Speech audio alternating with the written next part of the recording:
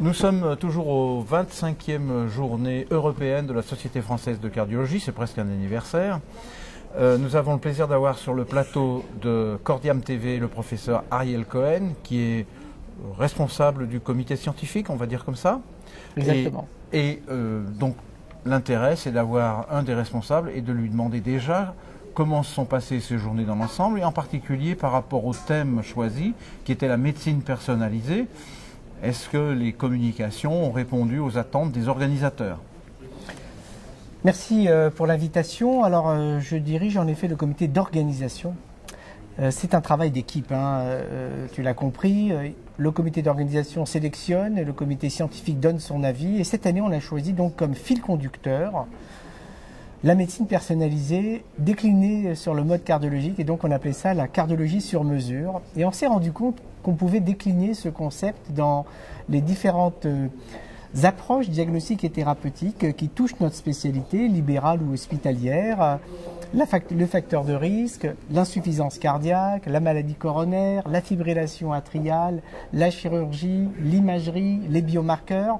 À chaque fois, on pouvait rajouter un item qui était la médecine personnalisée. Alors, ce que je retiens, moi, des journées européennes, en bref, cette année, c'est la diffusion de la connaissance au plus grand nombre, parce qu'on a eu un nombre record de participants, des conférences prestigieuses sur ces thèmes qu'on vient de décliner à l'instant, toujours beaucoup d'interactivité entre les différents collègues impliqués dans la spécialité, libéraux, hospitaliers, au travers des ateliers, des sessions plénières, les communications originales.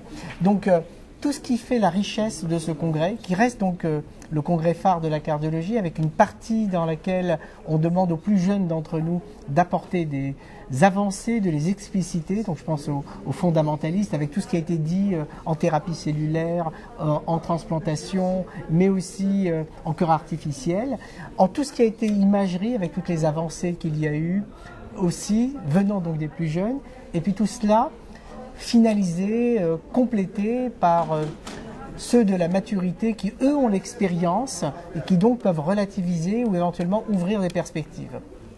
On ne va pas pouvoir reprendre tous ces thèmes parce qu'on ne va pas refaire le congrès, mais simplement, tu as des thèmes de prédilection. Je pense à l'imagerie, par exemple. Est-ce que, pour prendre un thème parmi d'autres, l'imagerie, est-ce qu'il y a des choses pertinentes que tu as retenues? Il y en a sûrement eu, mais qu'est-ce qui t'a plus intéressé en tant que spécialiste de l'imagerie?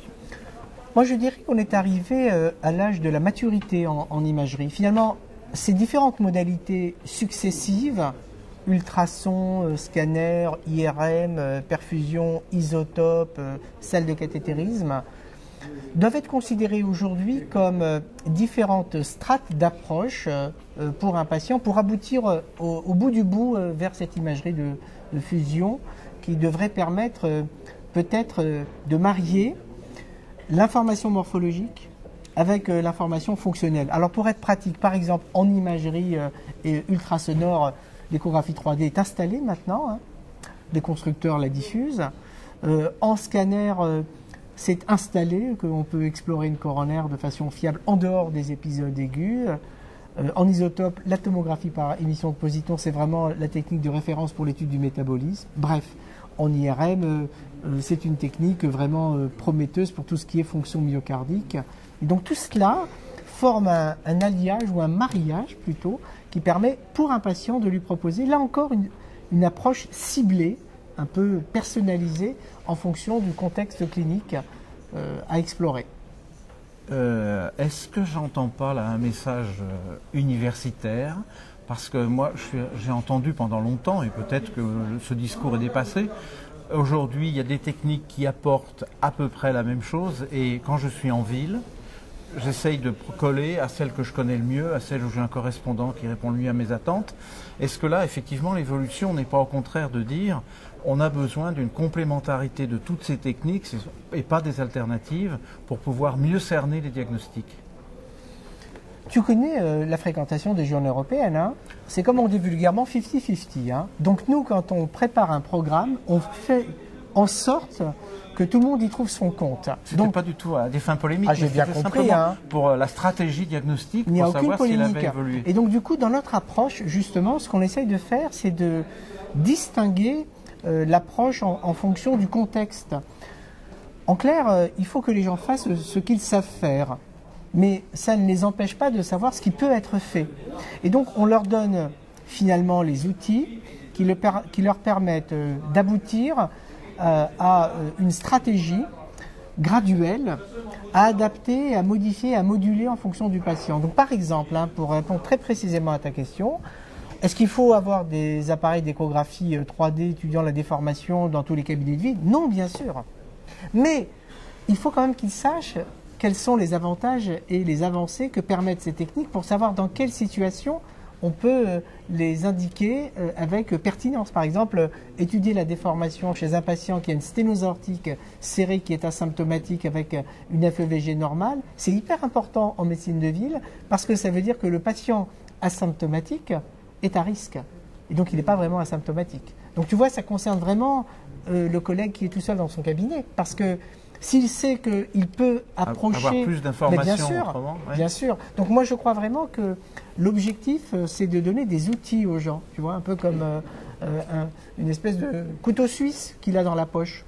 Et après, il va différencier le prêt-à-porter du sur-mesure. Tu vois, le prêt-à-porter, c'est ce que tout le monde fait. Et le sur-mesure, c'est de temps en temps, on aime bien avoir un costume bien taillé, tu vois. Je pense à toi en particulier. Est-ce que, quelque part, on n'est pas aussi dans l'intérêt de l'ouverture de ces journées sur la recherche? Parce que quand tu dis, c'est qu'est-ce qu'on peut faire, c'est aussi qu'est-ce qu'on va pouvoir faire un jour? Alors la recherche, c'est vraiment une démarche pour nous parce que tu sais que le GRRC, maintenant le groupe de réflexion en recherche cardiovasculaire, est intégré maintenant comme une filiale. Et donc il y a des espaces d'expression pour la recherche fondamentale. Alors on ne va pas se cacher les choses et on ne va pas se voiler la face. Quand on va dans les salles, il y a un overflow pour la fibrillation atriale. En cardiologie fondamentale, il y a de la place.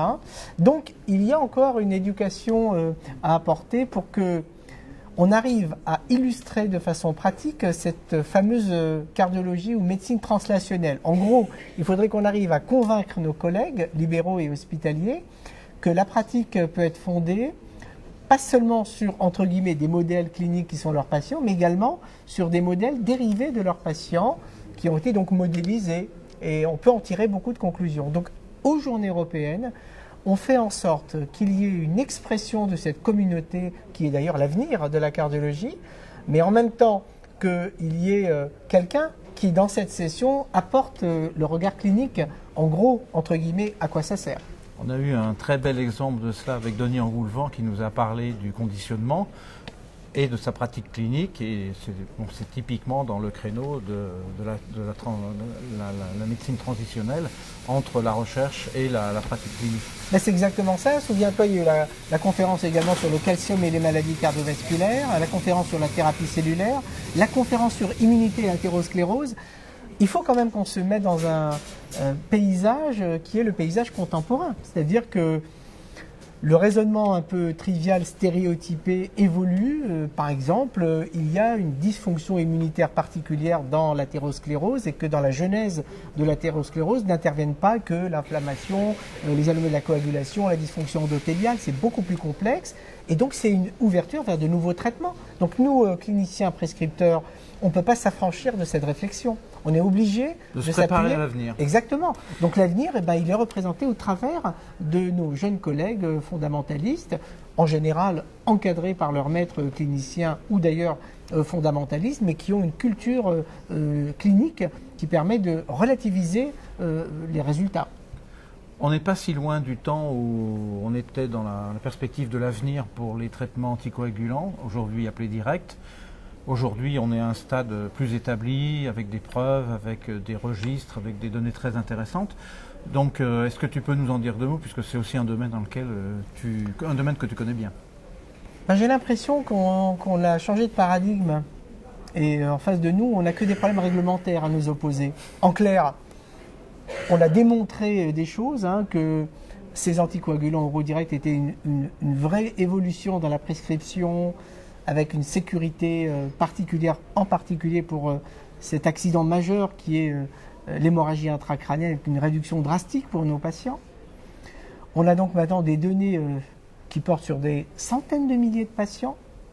On a la notion de la convergence entre des essais cliniques par essence biaisés et d'une pratique au travers de registres qui confirment les données des essais cliniques, avec donc une réduction des événements ischémiques, une réduction des événements hémorragiques intracrâniennes et une neutralité sur le reste qui oblige bien à éduquer ces patients et d'ailleurs à éduquer les prescripteurs, d'un côté.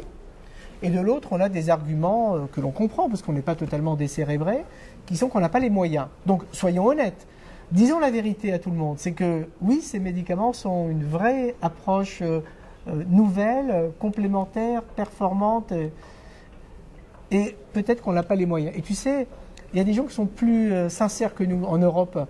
Ils disent oui, c'est une vraie évolution, voire une révolution, mais on n'a pas les moyens. Il faut que vous arriviez à personnaliser votre prescription. Donc on est prêt à le faire. Quand tu regardes les analyses en sous-groupe, par exemple, de toutes ces études, oui, on peut définir des profils de patients qui en bénéficient. Mais ne disons pas non, pas de première intention, ou non, la substitution en cas d'INR instable.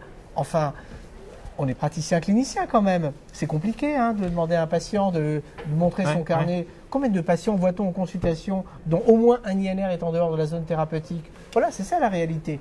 Alors après qu'on n'ait pas les moyens, disons-le clairement, nous n'avons pas les moyens.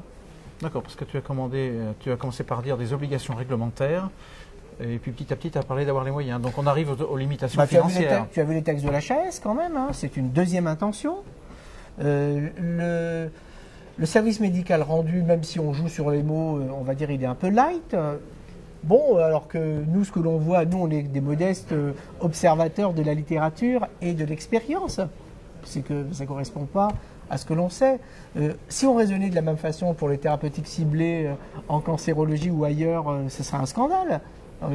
Tu as bien vu, en thérapeutique ciblée, on dit « le pronostic a été amélioré de façon drastique. On est passé d'une mortalité de temps à une mortalité de temps pour 6 mois. » Et on crie, tu vois, à la merveille. Donc, ce qu'il faudrait simplement, c'est que le discours soit un discours honnête.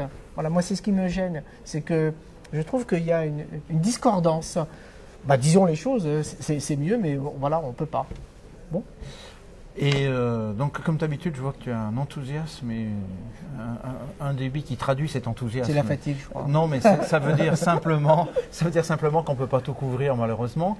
Une petite perspective d'avenir, tout à fait entre nous, personne ne nous écoute. Est-ce qu'il y a une idée déjà de thème pour l'année prochaine?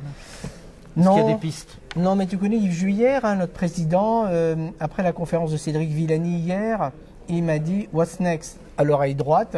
Et je lui ai dit « Je ne sais pas ». Et puis... quelques minutes après, il m'a dit on va débriefer ça ce week-end. Oui, on a bien sûr quelques idées. On a vu qu'il y a des choses qui avaient bien marché, mais comme tu l'imagines, on va regarder surtout ce qui a dysfonctionné. Ouais. Et puis comme ça, on va essayer d'améliorer ce qui a dysfonctionné. Tu as vu par exemple qu'il n'y avait pas une très bonne adéquation entre le contenu des présentations et la taille de la salle. Là encore, on n'a pas été bon cette année. On a pensé que certaines sessions... Ça arrive souvent, l'effet de surprise. Voilà un problème. Il y a certaines sessions improbables où on se dit il n'y aura personne, il y a un overflow. Il y a d'autres sessions où on se dit les gens vont se battre, il y a beaucoup moins de monde.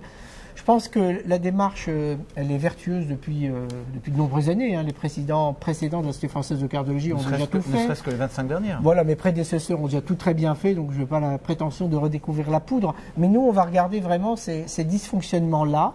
Et moi, je retiens ces très belles conférences qu'on a eues le premier jour, Gabriel Sec, Jean-Claude Daubert, la très belle conférence de Jean-Paul Fauchier, la magnifique conférence de Greg Lipp, de M. Meisel. Vous voyez, comment est-ce qu'on peut faire pour faire mieux que ce qui était déjà pas mal? Tu vois, c'est un challenge. Au moins aussi bien. D'où l'importance, tu vois, de la rotation à ces postes-là, parce que je pense qu'on doit s'épuiser très vite.